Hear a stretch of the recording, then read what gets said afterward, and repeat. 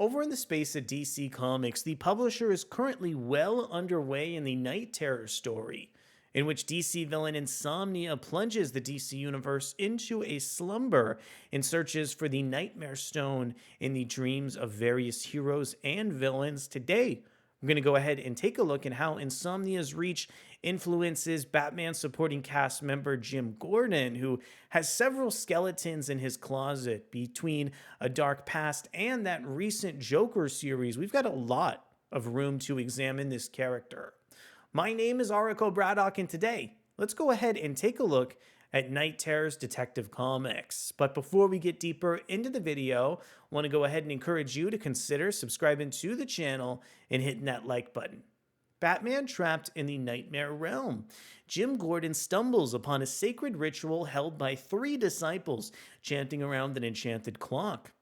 And one of them is wearing the robotic Batsuit that he done many years ago as Batman, except this metal suit seems to have been soldered directly into the flesh of the wearer. What do these creatures want with Gotham, and why are they targeting Jim's daughter Babs too? This has to be a dream, right? Or perhaps it's a nightmare. But if you die in it, you can die in real life as well.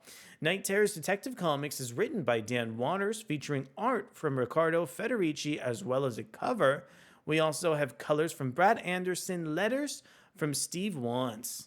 And here's one more look over at Riccardo Federici's epic cover over on Night Terrors Detective Comics. Love how some of the villains in the issue, like the good people of Gotham, are teased, as well as Jim's former Batsuit, now utilized in a much different context over in the space of Night Terrors Detective. Want to extend a thank you to Adventures in Poor Taste for posting these previews so fast. Let's start here by talking a little bit about Riccardo Federici's pencils here. So out of all the artists in DC, in the context of Night Terrors, I love taking the opportunity to see how kind of curvy and expressionistic their line is.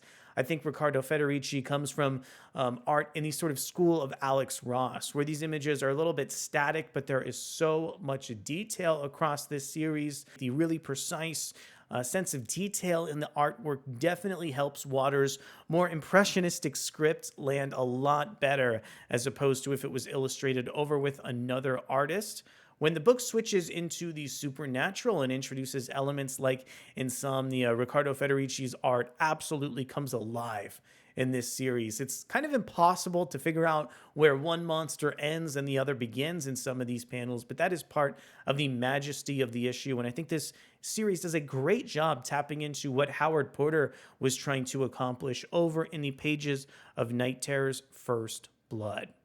Author Dan Waters does a great job kind of pulling back the curtain and referencing so many recent Jim Gordon stories, whether it be recent chapters of Detective Comics or older stories like The Black Mirror. When the book switches gears and heads into the horror direction, I love the philosophical writing that Waters is able to introduce into the various captions and speech balloons in this series.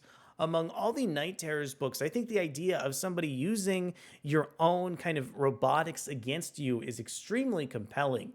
And given the fact that Gordon is so paranoid with his dark and mysterious past, I think this book kind of uses Gordon's past as a weapon to really terrorize him in so many different contexts. Night Terrors Detective Comics was one of the few tie-ins among the greater Night Terror series that managed to really frighten me on a deep and psychological level. One of the final scenes in the issue does a great job kind of subverting my expectations, from the artwork with Riccardo Federici to the writing from Dan Waters here. Wish we had more preview pages showcasing the really irreverent and horrific villainous designs over in the series. Cannot encourage you to pick this one up enough if you're intrigued by Jim Gordon or some of the interesting art over from Riccardo Federici. So at the end of the day here, I think Night Terrors Detective Comics is a great debut issue of the series, featuring a really fascinating entry point over into Jim Gordon's life. The book also references previous DC Comics to make sure that this title doesn't feel like just a strange comic book coming out of nowhere, but essential to the greater context of Batman and Jim Gordon's life. The art from Riccardo Federici is one of the best aspects of the series.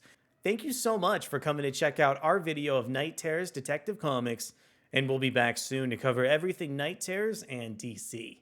Thanks so much, and I'll see you in the next video. Bye.